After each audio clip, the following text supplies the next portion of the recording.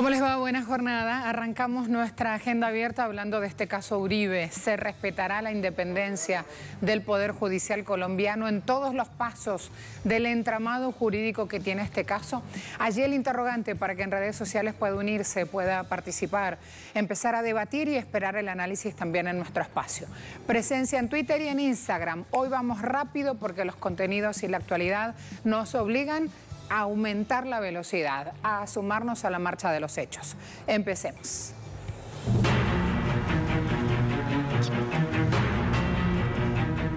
La Corte Suprema de Justicia de Colombia dictaminó prisión domiciliaria al expresidente Álvaro Uribe Vélez en el proceso por fraude y soborno que se lleva en su contra. La noticia fue confirmada por él mismo a través de su cuenta en Twitter. El exmandatario se encuentra ante los tribunales por la presunta acción de manipular testigos claves que lo han señalado por sus vínculos con el paramilitarismo. El 23 de febrero de 2012, el senador Iván Cepeda realizó un debate de control político contra el expresidente Uribe Vélez, donde lo acusó de promover el paramilitarismo. Después del debate, Álvaro Uribe recurrió a la Corte Suprema de Justicia para denunciar a Cepeda por liderar un supuesto grupo de falsos testigos. Juan Guillermo Monsalve y Carlos Enrique Vélez, alias Víctor, son ex paramilitares condenados, quienes señalan que fueron sobornados por los abogados del expresidente para favorecer a Uribe y perjudicar a Cepeda con sus testimonios en la Corte Suprema. La medida ha generado reacciones encontradas dentro del escenario político colombiano.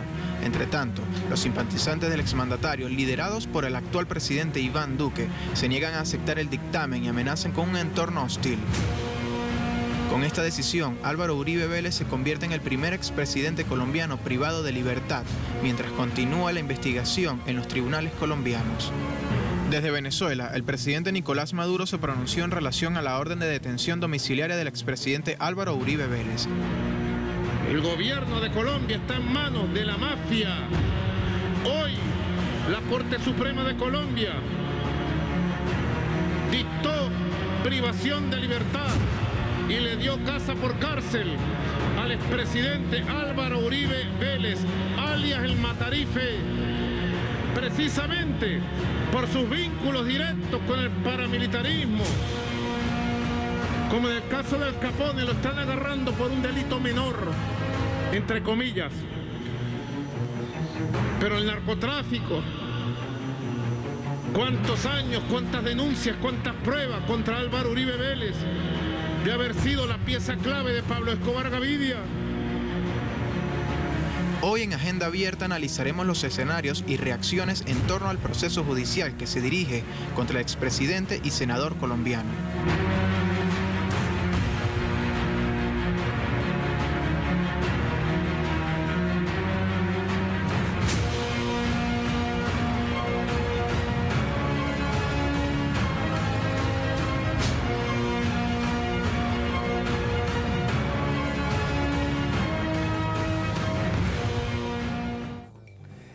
Telesur dice, Corte Suprema de Justicia dicta sentencia de arresto domiciliario contra el senador Álvaro Uribe mientras se mantiene su juicio por el caso de sobornos electorales. Una medida que marca un hecho histórico para el país. Allí la información, si quieren, amplían por favor sobre este gráfico. Así estamos presentando los hechos en Telesur.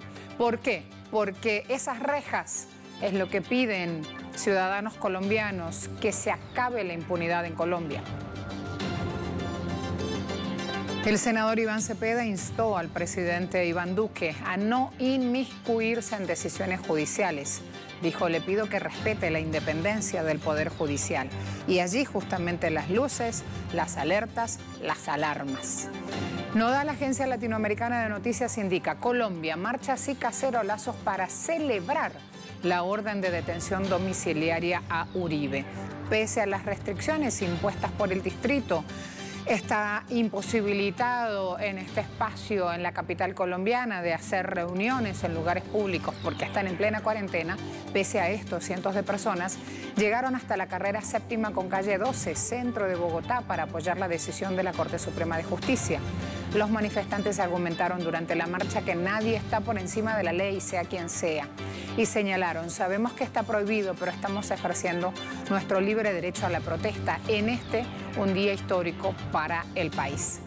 Además, La Vanguardia dice, madres de víctimas de falsos positivos esperan justicia en caso Uribe. La organización Madres de Soacha, que hace más de una década esperan que el expresidente colombiano responda por las ejecuciones extrajudiciales conocidas en el país como falsos positivos, dijeron que la orden de detención en contra de Uribe es un gran avance de la justicia. Pese a que los casos no tienen relación, las integrantes de esta organización colombiana se han pronunciado. MAFAPO se llama la sigla de este organismo que las agrupa. Dijeron, la decisión de la Corte Suprema la llena de esperanza tras más de 10 años en los que vienen denunciando total impunidad. Nos vamos a preparar ahora para ir al lugar de los hechos, Bogotá. Desde esa ciudad latinoamericana, Hernán Tovar a esta hora amplía la información. ¿Cómo amanece el país? Bienvenido, Hernán. Gracias, muy buenos días. Sí, efectivamente esa agenda en Colombia, la decisión que tomó la Corte Suprema de Justicia en su sala de instrucción, que le dictaminó medida de aseguramiento con detención domiciliaria a el expresidente y hoy senador de la República, Álvaro Uribe Vélez. Esto por las investigaciones que se le vienen realizando desde el año 2018 en relación a manipulación y fraude procesal. Esto está relacionado con una serie de investigaciones que lo involucran a el expresidente Álvaro Uribe Vélez en relación a intentos de modificar el testimonio de un exparamilitar en particular, de Juan Guillermo Monsalve, bajo sobornos. Quien ha dicho que el expresidente estuvo detrás del nacimiento del bloque metro de las autodefensas en el departamento de Antioquia. La investigación se centra en esta fase en determinar si personas vinculadas a él, como sus abogados, al expresidente Álvaro Uribe, como sus abogados, y con su consentimiento pagaron dinero y le ofrecieron beneficios judiciales a exparamilitares para que se retractara. También hay que decir que movimientos y organizaciones sociales ven esto como un avance en la justicia, pero también exigen que en lo que sigue del juicio, la justicia opere con toda la severidad del caso.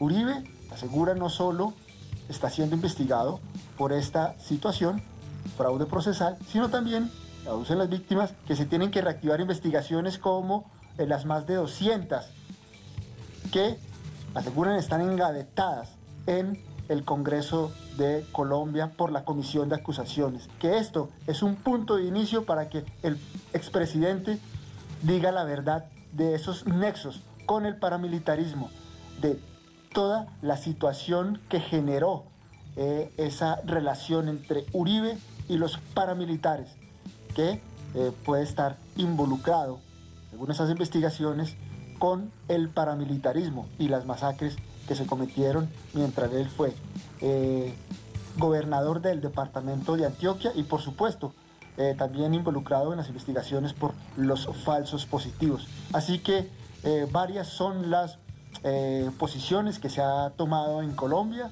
en relación a esta situación de la detención domiciliaria del expresidente Álvaro Uribe en una situación jurídicamente... Gracias, Hernán. Me espera Federico García Naranjo, analista político y de medios. Federico, buen día. ¿Cómo te va? Hola, Marcela. Muchas gracias por la invitación. Gracias a ti. Hablábamos de posiciones, distintas posiciones sobre este caso en suelo colombiano. Quiero preguntarte, ¿son posiciones encontradas? ¿Son posiciones comunes rumbo al fin de la impunidad? ¿Cómo se da justamente la opinión ciudadana sobre este caso? Efectivamente, sabemos que el expresidente... muy grande en su imagen en los últimos años, y eso se ve evidenciado en la forma como el país ha reaccionado frente a la orden de su detención. Mientras sus seguidores, cada vez menos, han esgrimido el argumento de que la Corte Suprema de Justicia está politizada, y para ello han presentado el ejemplo del señor Jesús Santrich, quien fue liberado por esta misma sala de instrucción mientras ordena la captura del expresidente Álvaro Uribe, con dos casos que no tienen nada que ver entre sí. Por otro lado, vemos que la mayoría de los colombianos están celebrando, están contentos y tranquilos porque sienten que el Estado de Derecho está funcionando, que la Corte Suprema ha dado una muestra de independencia y que sin tener en cuenta la evolución del proceso penal, que ya corresponderá a la propia Corte y a la defensa que haga el senador Álvaro Uribe, pues sí es importante que se establezca un precedente en el sentido de que nadie está por encima de la ley, ni siquiera alguien tan poderoso como Álvaro Uribe. Hablemos también de este entramado jurídico que está en marcha. ¿Cuáles son los pasos siguientes?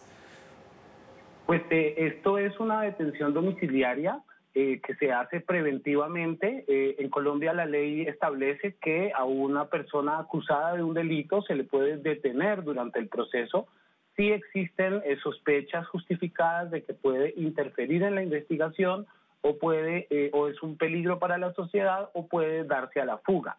En este caso, pues por la misma naturaleza de la acusación, que es de manipulación de testigos, pues que es muy claro que el expresidente Uribe, con el poder que tiene, es capaz efectivamente de manipular el proceso. Entonces eso hace que la Corte ordene su detención.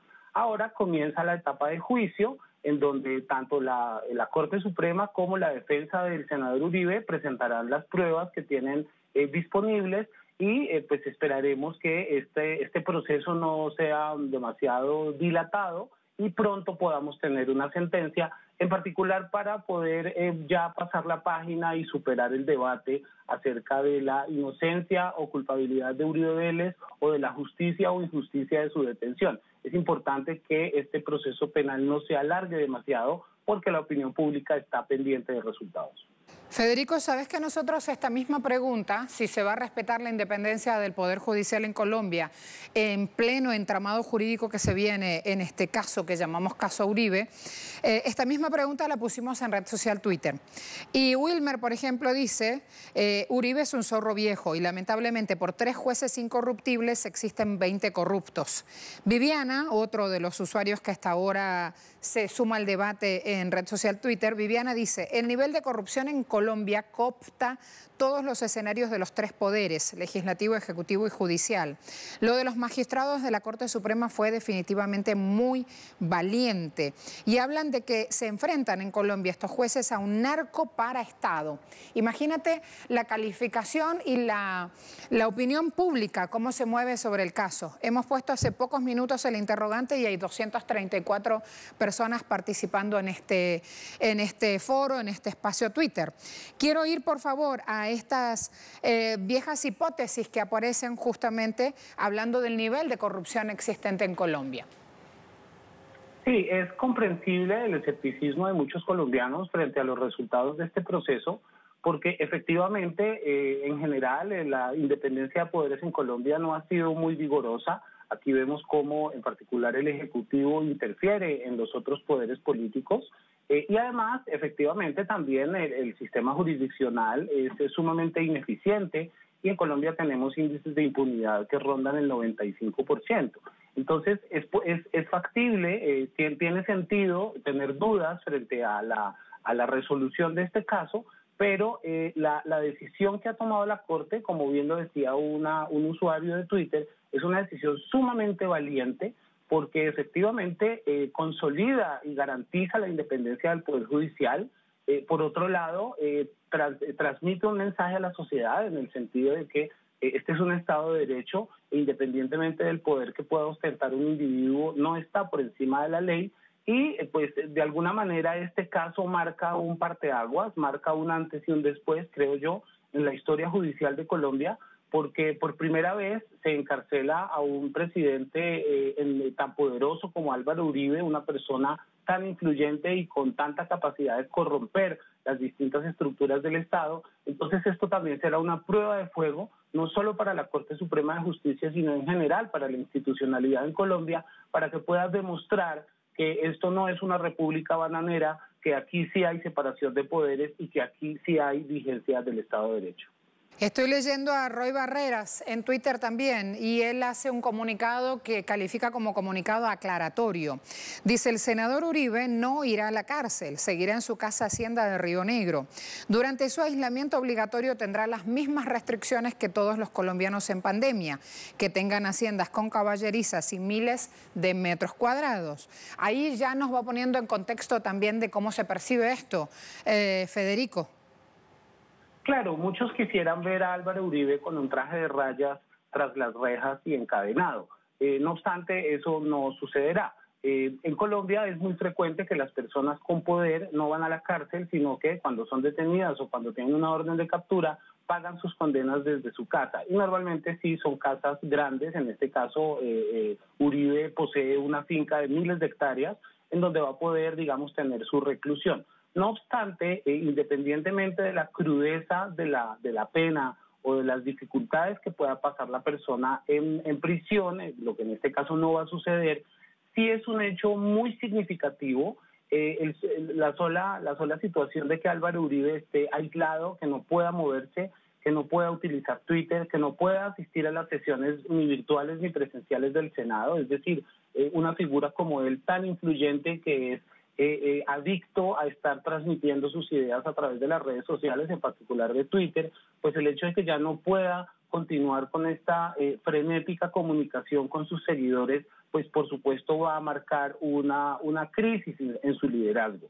Y lo más interesante es ver qué va a pasar a mediano plazo con su propio partido, porque pues el Partido Centro Democrático existe gracias a la figura de Álvaro Uribe, y sin él, al menos sin él circulando y sin opinar y sin estar influyendo y sin estar definiendo o tomando decisiones sobre lo que hace el partido, pues muy seguramente veremos un canibalismo extremo entre los miembros de su bancada, de su partido, sus seguidores, y veremos qué sucede en los próximos meses, pero pienso que uno de los principales efectos de la detención de Uribe es un efecto político, en el sentido de que su partido y sus seguidores se van a ver profundamente debilitados.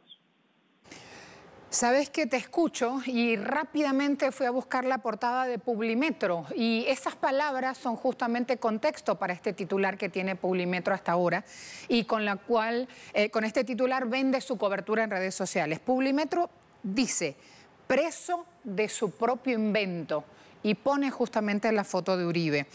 El caso, dice, un proceso que Álvaro Uribe empezó en 2012 terminó en su contra y lo tiene en arresto domiciliario preventivo. Preso de su propio invento. Quiero, por favor, pedirte la reflexión después de ver ese titular. Federico, por favor. Así es, esto es una gran ironía, porque todo este proceso que lleva a la detención a Álvaro Uribe fue comenzado por él mismo, quien denunció al senador Iván Cepeda por manipulación de testigos. La Corte Suprema comenzó la investigación y luego descubrió que quien realmente estaba manipulando testigos en contra de Cepeda era el propio Álvaro Uribe. Por eso en Colombia se insiste mucho que a Uribe le salió el tiro por la culata, porque pretendiendo enlodar a Iván Cepeda no solamente con testigos falsos, con acusaciones temerarias ante la Corte Suprema, terminó demostrando en última su catadura moral y, como una columnista bien lo reseñó esta semana en Colombia, ese es el modus operandi que utiliza el uribismo para destruir moralmente a sus enemigos. Normalmente soborna testigos, estos testigos afirman que están siendo manipulados para perjudicar a Álvaro Uribe, y a partir de allí se empiezan a manejar noticias falsas, bulos, tendencias en Internet que tienen como objetivo desprestigiar a la persona que en este caso era, por ejemplo, Iván Cepeda, pero así ha sucedido, por ejemplo, con magistrados de la Corte Suprema como Iván Velázquez, quien hace unos años fue víctima de un montaje muy similar que no terminó en nada. En este caso, increíblemente, porque pues hay que reconocer, los colombianos también estamos muy sorprendidos por esta muestra, bien sea estemos a favor o en contra de la decisión, estamos sorprendidos porque es una decisión inédita. Aquí, evidentemente, lo que ha sucedido es que la Corte ha hecho su trabajo, ha llevado a cabo las investigaciones y ha descubierto ese modus operandi que, sumado a muchísimos testimonios, miles de horas de grabación, pruebas, giros bancarios, en fin, toda suerte de acervo probatorio, pues ha tomado la decisión efectivamente de encarcelar o por lo menos de determinar una detención domiciliaria para Álvaro Uribe. Pero sí, es un proceso comenzado por él que ha terminado volviéndose en su contra. Quiero mostrarte algo más y con esto voy viendo sobre la marcha cómo se dan las repercusiones. Ya hemos visto a Uribe preso de su propio partido, voy al anti-Twitter ahora para que vean esta publicación en pantalla mientras nos sigue acompañando nuestro invitado. El anti-Twitter, te voy contando, Federico, es una publicación que hemos tomado aquí en red social y que muestra justamente lo que se viene y lo que él llama como la ofrenda que de aquí en más va a aparecer. ¿Qué puede pasar? ¿Qué es lo que va a entregar Uribe para, frente a ese proceso judicial, tratar de salir mejor parado? Este anti-Twitter habla de un hombre que se llama Álvaro y ya con eso te voy dando espacio justamente a ir mostrando lo que se da, Federico. Cuando hablamos de ¿qué puede aparecer como contracambio en este proceso? ¿Qué puede presentar a la justicia Uribe para tratar de aminorar toda esta andanada de onda negativa que se genera en su contra, por lo que ha hecho y por lo cual se le investiga su responsabilidad? Mientras voy leyendo la cantidad de información que nos van enviando nuestros televidentes. ¿Qué te parece? ¿Qué podría pasar ahora? ¿A quién tiene que...? Y yo luego te muestro la gráfica. ¿A quién tiene que hacer aparecer Uribe en escena para que esta catarata en su contra pare o amengüe? Federico. Pues en términos jurídicos, la defensa del expresidente Uribe se ha caracterizado no tanto por presentar pruebas, sino por presentar recursos procedimentales que dilaten los procesos. Eso fue lo que hizo su abogado, por ejemplo, esta semana, pretendiendo convocar un conjuez para demorar aún más la decisión, lo cual no tuvo éxito. Entonces, muy seguramente en términos, digamos, de la pugna jurídica, del juicio como tal, veremos a su defensa utilizando argucias recursos de procedimiento para dilatar el proceso. En términos políticos, lo que hemos visto incluso desde antes de que se conociera la decisión, por lo menos desde el sábado pasado, ha sido una campaña mediática muy intensa por parte de los partidarios de Álvaro Uribe, de periodistas que están a su servicio, de sus políticos amigos y en general de sus seguidores, acerca de distorsionar la idea de que Álvaro Uribe está siendo detenido por manipulación de testigos y planteando que esta detención es injusta porque Álvaro Uribe le ha prestado un gran servicio a la patria.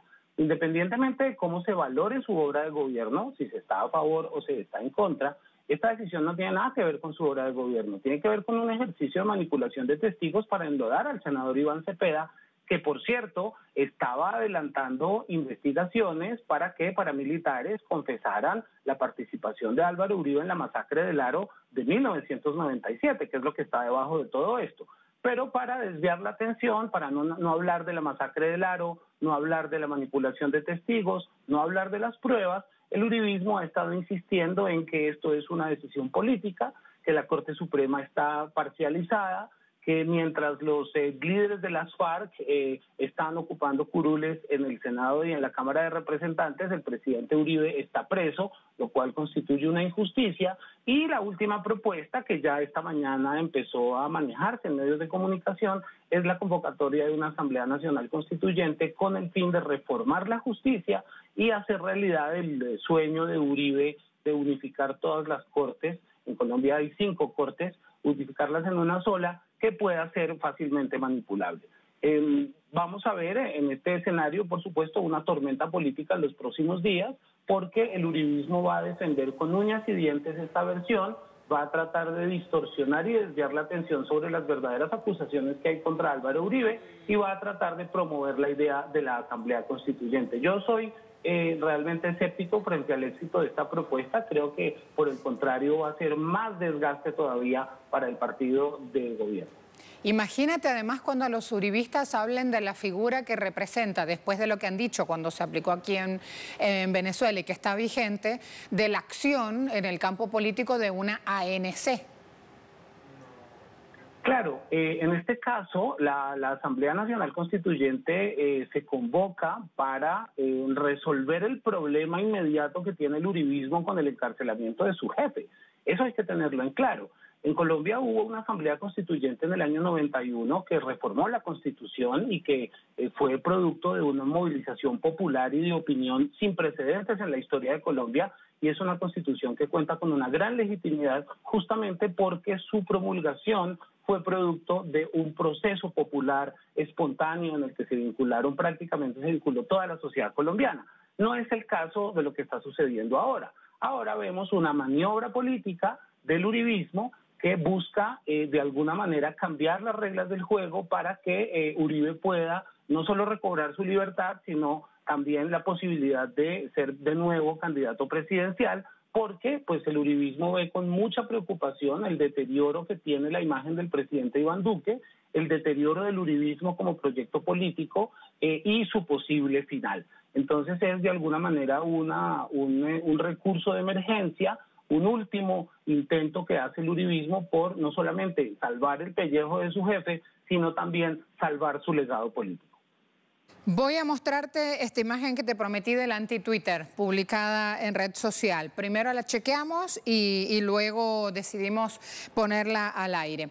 Cuando hablábamos de qué es lo que va a pasar o a quién va a hacer surgir Uribe ahora, tratando de desviar esta tormenta política que generan los hechos y las investigaciones y esta decisión judicial en Colombia, tenemos el nombre clave. Dice aquí el anti-Twitter, a quien va a entregar ahora y aparece como caballito de batalla es Hernán Prada. Por favor, te pido, Federico, que mientras mostramos la imagen, hablemos de Hernán Prada ya cerrando este análisis y por qué se menciona a él como quien va a aparecer ante la justicia con los platos rotos en la mano, buscando sacar de escena o de foco a Uribe.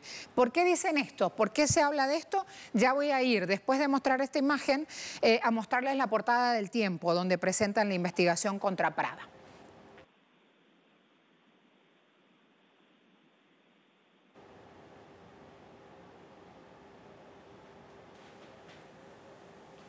A ver si podemos ahí retomar ese sonido o ese llamado con nuestro invitado. Federico, ¿puedes oírme?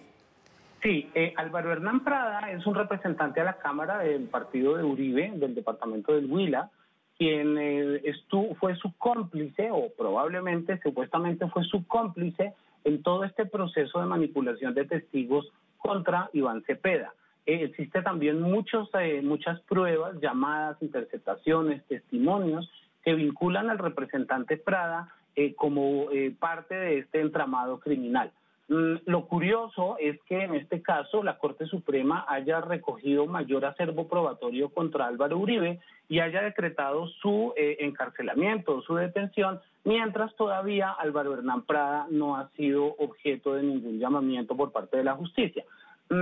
Sí, es posible que en los próximos días la Corte Suprema también ordene la detención de Álvaro Hernán Prada y sí, es posible que de alguna manera, además en una táctica que ya le conocemos al uribismo, intente utilizar a Prada como chivo expiatorio para dirigir hacia él toda la responsabilidad y exculpar a Álvaro Uribe. Es un poco lo mismo que sucedió con el abogado Diego Cadena de Uribe, quien fue el que estuvo justamente pagando los sobornos y hasta la semana pasada parecía que Cadena iba a llevar consigo toda la responsabilidad penal.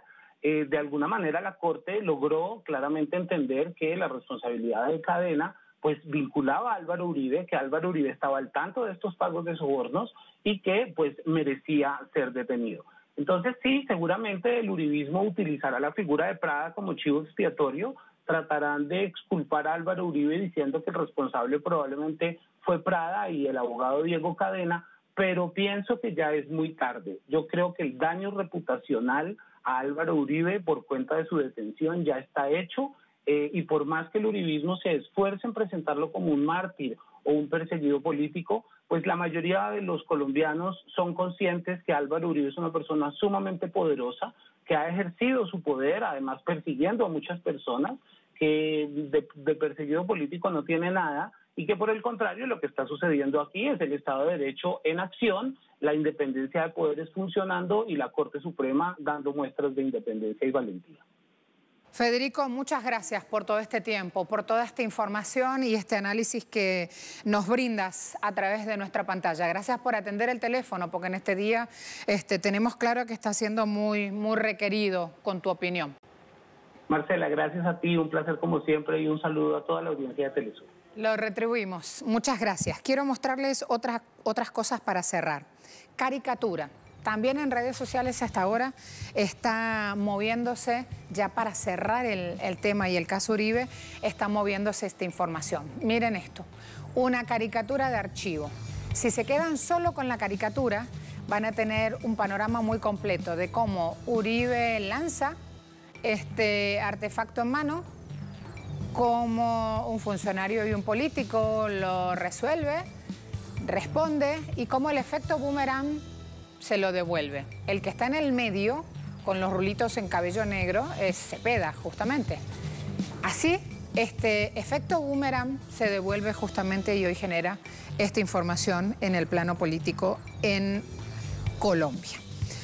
Voy a ver las respuestas. Gracias a todos por prenderse y sumarse respondiendo a nuestro interrogante en Twitter. Hemos preguntado, ¿se respetará la independencia del Poder Judicial en todos los pasos del entramado jurídico que tiene el caso Uribe en Colombia? Y ustedes dicen sí, 17,7%, no 60,6%, no sé, 22%. Esto responden ustedes. Hay un nivel de participación alto que agradecemos a esta hora. Hay otro tipo de comentarios que se van sumando como hechos que van generando noticia en nuestros pueblos. Quiero entonces aquí ir a mencionarles también. Tenemos micrófono en mano puesto desde ayer en el puerto libanés donde se generó esta explosión con esta cantidad de muertos. Pero necesitamos ir a mostrarles también los hechos en vivo en Cuba. Así que nos vamos a Cuba y luego seguimos. 20 en vigilancia, sospechosos 291, confirmados 240, activos 240 y en la atención primaria de salud se vigilan por nuestros especialistas 6.466 personas. Ayer nuevamente se procesaron más de 3.000 muestras, cifra que debemos ir incrementando en los próximos días. Ayer se procesaron 3.732 muestras en los diferentes laboratorios de biología molecular de nuestro país, los del Instituto de Medicina Tropical Pedro Curí 1.501, los de los Centros Provinciales de Higiene, Epidemiología y Microbiología de La Habana 712, el de Villa Clara 308, el de Santiago de Cuba 280, el del Centro de Ingeniería Genética y Biotecnología 411, el del Hospital Hermanos Amejeira 301 y el del Centro de Investigaciones de la Defensa Civil 219. Como resultado del análisis de estas 3.732 muestras, se diagnosticaron ayer en Cuba 25 personas con la COVID-19. Y de esta forma, ya en nuestro país, desde el día 11 de marzo, que fue cuando se diagnosticaron los 3 primeros casos, pues se acumulan 281.595 muestras analizadas y como resultado de ello 2.726 personas diagnosticadas con la COVID-19, lo cual representa el 0,97% de todas las muestras analizadas. Ayer de todas las provincias se procesaron muestras. Artemisa, que tiene la complejidad epidemiológica que hemos ido analizando aquí todos estos días, se procesaron 143, de La Habana, como es natural, 1.512, de Matanzas 228, de Villa Clara 223, Ciego de Ávila 98, Holguín 95 y así. De todos los territorios se procesaron muestras en el día de ayer. Los 25 casos que se diagnosticaron ayer, todos son cubanos. Ese es el comportamiento que hemos tenido en los últimos días. De ellos 21, o sea, el 84% son contactos de casos confirmados previamente y ya se acumulan 1.320, o sea, el 86,5% de todos los casos confirmados en Cuba, pues han sido contactos de casos confirmados ya anteriormente. O sea, se mantenía en aislamiento como contacto de esos casos. En 2 de los 25 diagnosticados ayer no se precisa la fuente de infección y de esta forma se acumulan 134, que es el 4,9%, en los cuales todavía se insiste para tratar de encontrar la fuente de infección. Y de los 25 diagnosticados ayer, 2 tienen como fuente de infección el exterior de nuestro país, el extranjero, y ya acumulamos 229 en toda la pandemia. 16 del sexo masculino y ya representan el 50,3%, 9 del femenino y representan el 49,7% de todos los casos diagnosticados en Cuba. Reitero, sin mucha diferencia y sin muchos cambios de un día para otro. 15 de los 25, 60% estaban asintomáticos totalmente en el momento del diagnóstico y ya el 55,6% de todos los casos diagnosticados en Cuba pues han sido asintomáticos en el momento del diagnóstico. En los últimos 15 días este % se incrementa y el 63,1% no tenía síntomas en el momento del diagnóstico, lo cual hace extremadamente riesgosa esta enfermedad y es lo que, entre otras cosas, además de su alta contagiosidad, ha hecho difícil su control en el mundo. De los 25 casos diagnosticados, 11 están en el grupo de 20 a 39 años, 11 en el grupo de 40 a 59 años, 1 mayor de 60 años y ayer se diagnosticaron 2 menores de 20 años. Y con estos 2 que se diagnostican ayer, pues ya se acumulan 310 menores de 20 años confirmados en Cuba, de los cuales, al tener una evolución clínica estable, 281 se encuentran de alta, que es el 90,6%. Los 25 casos diagnosticados pertenecen a las provincias de La Habana 10, en los municipios de La Lisa, Marianao, Habana del Este, Plaza y Boyeros. 13 pertenecen a Artemisa, de los municipios Bauta, San Antonio, San Cristóbal, Caimito, Artemisa y Mariel. Y los 2 casos importados que tuvimos en el día de ayer, uno es de la provincia de Cienfuegos y uno es de la provincia de Guantánamo. Con este comportamiento por provincias, por territorio, ustedes se darán cuenta por la localización de la mayor parte de los casos que están relacionados con focos o eventos que ya hemos informado aquí, que se viene trabajando, que se mantienen con medidas de restricción y en los cuales estamos incrementando el número de personas que se pesquisan diariamente. En primer lugar, los que han estado más en contacto con los casos confirmados, pero después esto se va ampliando a grupos de población que pueden estar relacionadas con esta transmisión. Con este comportamiento por provincia de los casos confirmados en el día de ayer, sin tener en cuenta los importados que no pesan en la incidencia del país, pues la tasa de incidencia de casos confirmados por 100.000 habitantes se incrementa en la provincia de Artemisa a 20,39 por 100.000 habitantes, se incrementa en la provincia de La Habana al 6,14 por 100.000 habitantes y Villa Clara, que no diagnostica casos, pues tiene una tasa de incidencia de 0,39, similar a la de días anterior. En el caso de Pinar del Río, que como conocemos se diagnosticó un caso autóctono del territorio, se mantiene la tasa de 0,17. Es decir, que en Pinar del Río se ha hecho un pesquisaje intenso relacionado con este caso y hasta el momento no se han diagnosticado nuevos casos. En el caso del país, la tasa se incrementa a 2,23, teniendo en cuenta el número de casos confirmados por 100.000 habitantes.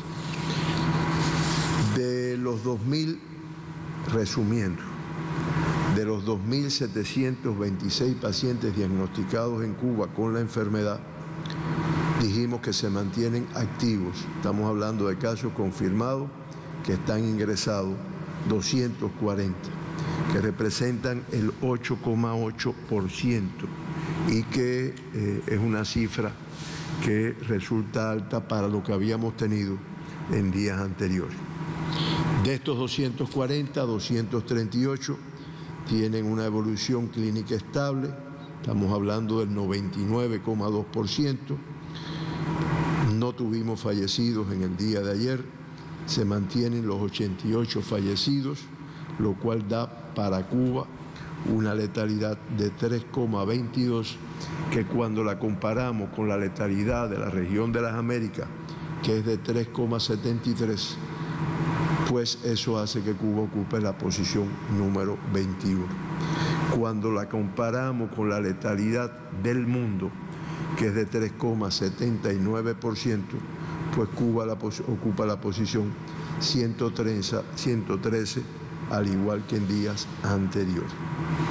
Mencionamos siempre las 2 personas que se evacuaron y ayer, aunque no logramos tener un balance positivo de acuerdo al número de altas con el número de ingresos, sin embargo hubo un número mayor de altas. Fueron 14 altas, de las cuales 8 son de Artemisa y 6 de aquí de La Habana.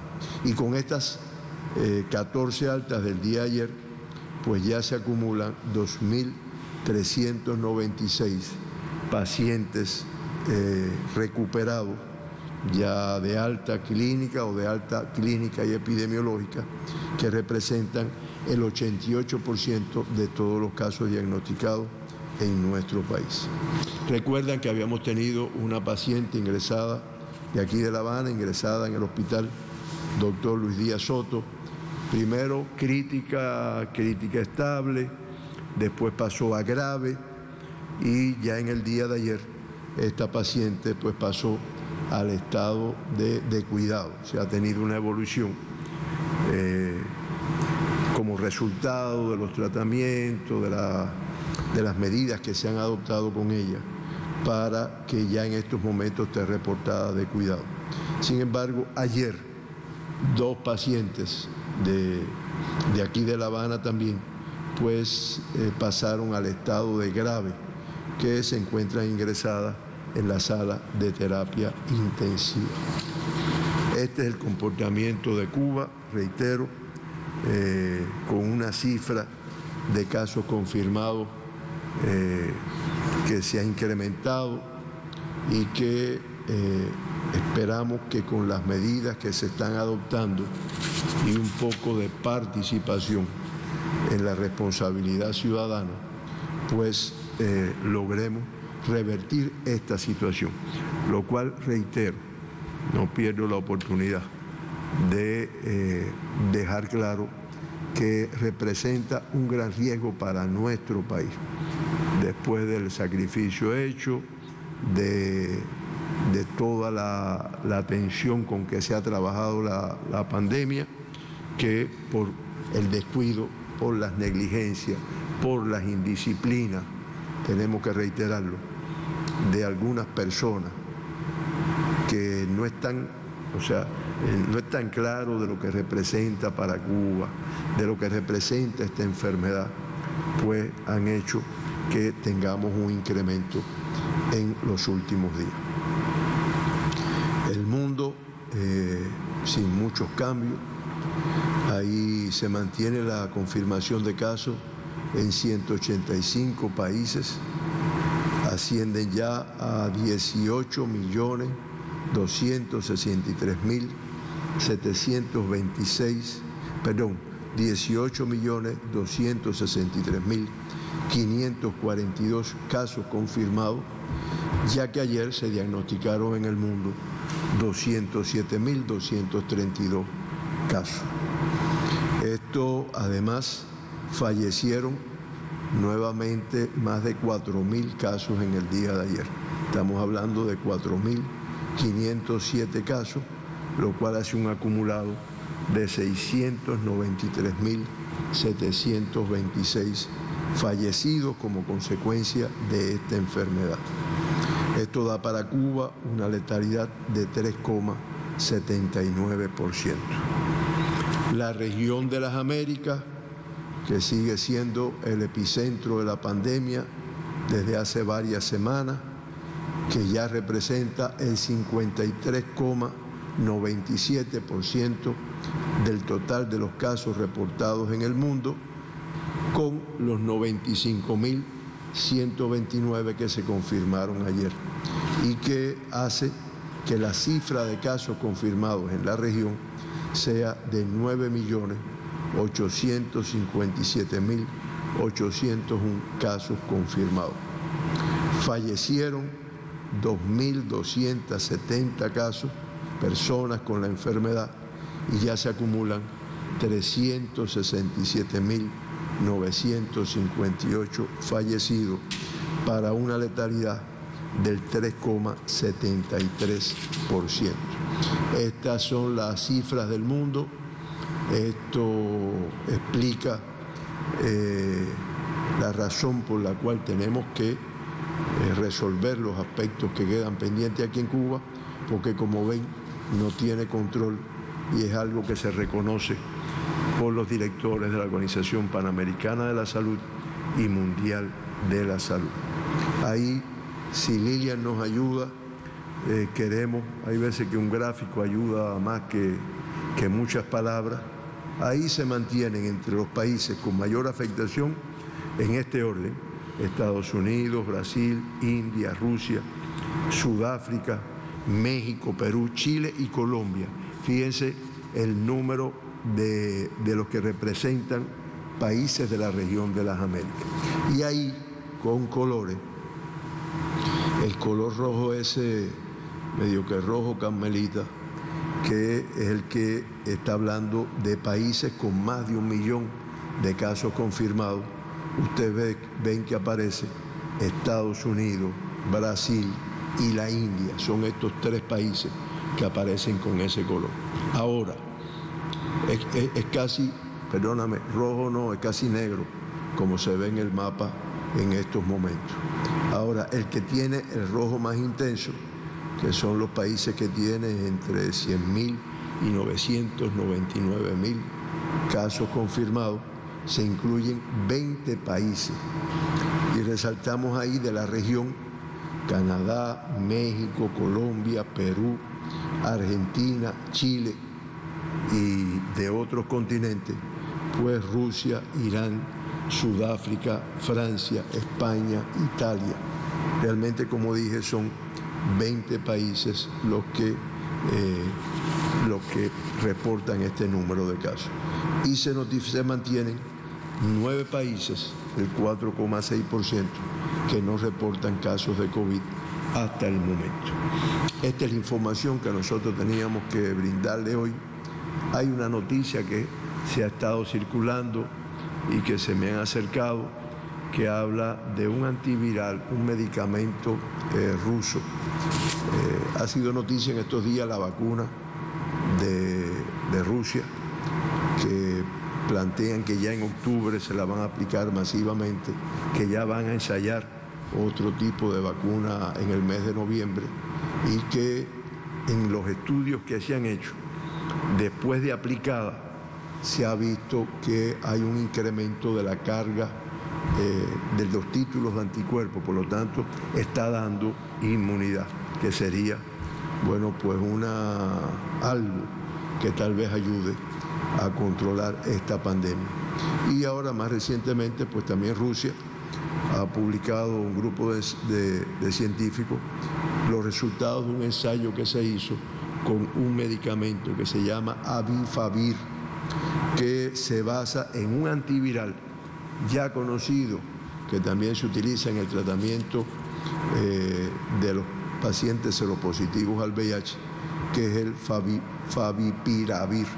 Este medicamento se ha hecho un ensayo, se ha administrado a un grupo de pacientes con la enfermedad y se ha visto que un % elevado en comparación con otros que no se le administró, pues han logrado dejar de detectar el virus en un corto periodo de tiempo.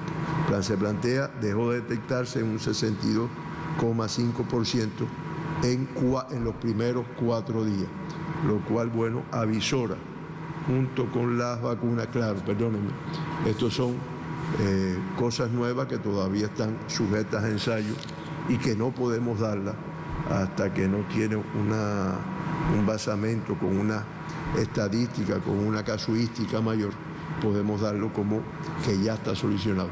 Lo digo para que no piensen, no, si ya viene la vacuna, ya vamos a...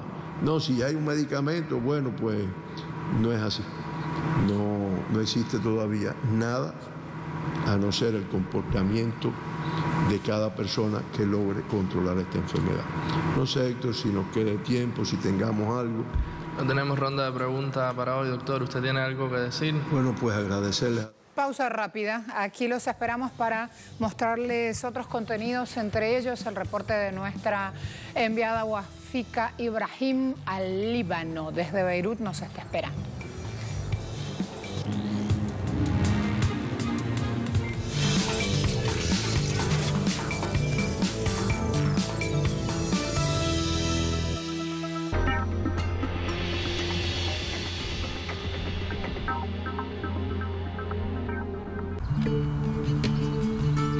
A los compañeros y compañeras de Telesur reciben un gran saludo por parte del Movimiento de los Pequeños Agricultores de Brasil. Les deseamos felicitaciones por los 15 años de transmisión en América Latina, construyendo comunicación con el pueblo y para el pueblo.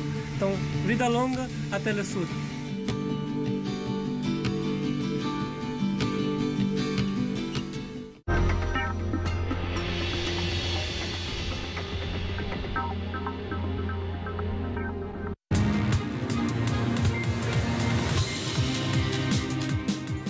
Decisiones económicas que toman nuestros gobernantes y que afectan nuestros bolsillos.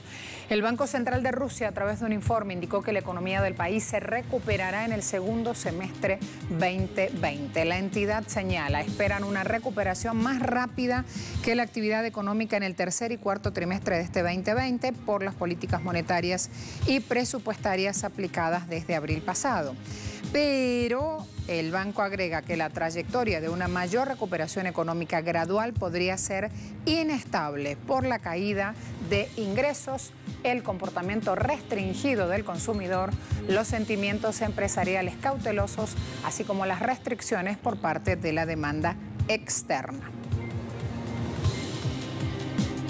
China ha tomado una decisión. El Ministerio de Finanzas asignó 55,3 mil millones de yuanes como ayuda para el sector de la educación en este año, un 9,6% más que el año anterior. Fondos que serán destinados a becas y subvenciones para educación secundaria y superior. Se prevé que llegarán estos beneficios a más de 30 millones de estudiantes, sobre todo aquellos que están afectados por la pobreza y los segmentos llamados vulnerables. El Ministerio de Finanzas organizó Plan Quinquenal 2016-2020, un aumento del 8,7% anual y ha beneficiado ya a más de, escúchelo bien, 136 millones de estudiantes. Como tempranito abordamos el caso Uribe en Colombia, este terremoto político en el país, queremos ir también a cómo están los números. Ecopetrol sufría ayer una caída, 97,5%. Cayó el beneficio neto. Ecopetrol informó de este beneficio, hablamos en comparación al 2019 de esta caída. El presidente del estatal dijo que hubo una caída del beneficio antes de impuestos, depreciación y amortizaciones entre enero y junio del 53,5%. Bayón explicó que la crisis se agudizó en el mes de abril para llegar a estos números.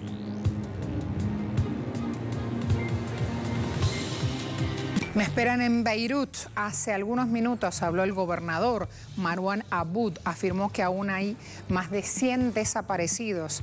Más de 200.000 personas se han quedado sin casa tras la explosión que causó más de un centenar de muertos y de 4.000 heridos en la capital libanesa. Doy paso a Boafica para conocer desde el lugar de los hechos lo que ocurre. Adelante. Un día de luto nacional. El pueblo libanés está en pleno duelo. Una calamidad inmensa sacudió el país. Aquí estamos en el puerto del Líbano, el puerto de Beirut. Este puerto legendario de Beirut está destruido totalmente, como se puede apreciar en estas imágenes. Aquí estamos frente al muelle, a lo que era el muelle número 12 y lo que queda del muelle número 19, que es la sede central de la administración del puerto. Una destrucción total que nos indica de que este puerto no estará funcionando en muy largo tiempo. El puerto de Beirut es el pulmón de la economía libanesa, es el pulmón del pueblo libanés, es por donde entra no solo los productos alimenticios, sino todo lo que se importa en este país, y además de lo que representa por sus recaudaciones en el presupuesto nacional, en un país azotado por una crisis terriblemente difícil y compleja a nivel político, social, un país amenazado constantemente por el enemigo israelí.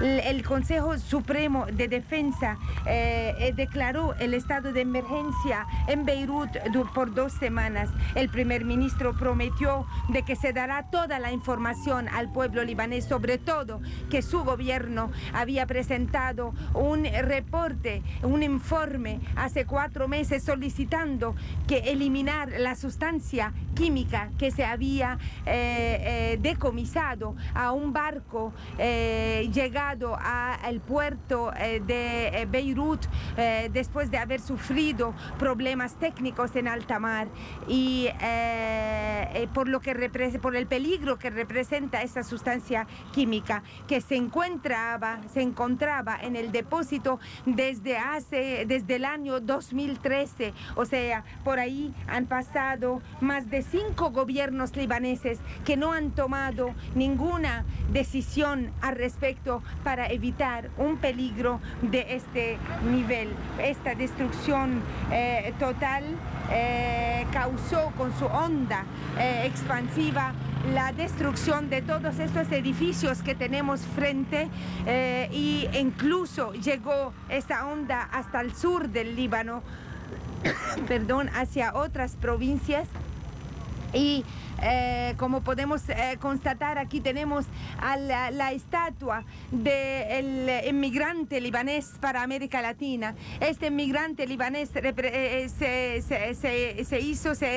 elevó esta estatua por la inmigración que tenemos en México, también en Venezuela, en Argentina, en Brasil. Pensamos que todas nuestras comunidades en América Latina hoy sienten ese dolor con sus compatriotas libaneses, y casualmente está esta estatua frente al puerto por donde salió toda la inmigración libanesa hacia América Latina. Una destrucción total alrededor. Hay un cerco impuesto por parte del ejército libanés.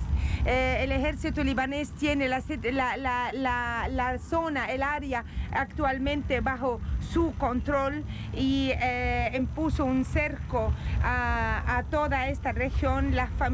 Hay familias preguntando por sus hijos. Hay muchos desaparecidos que fueron lanzados a alta mar por la fuerza de la onda expansiva.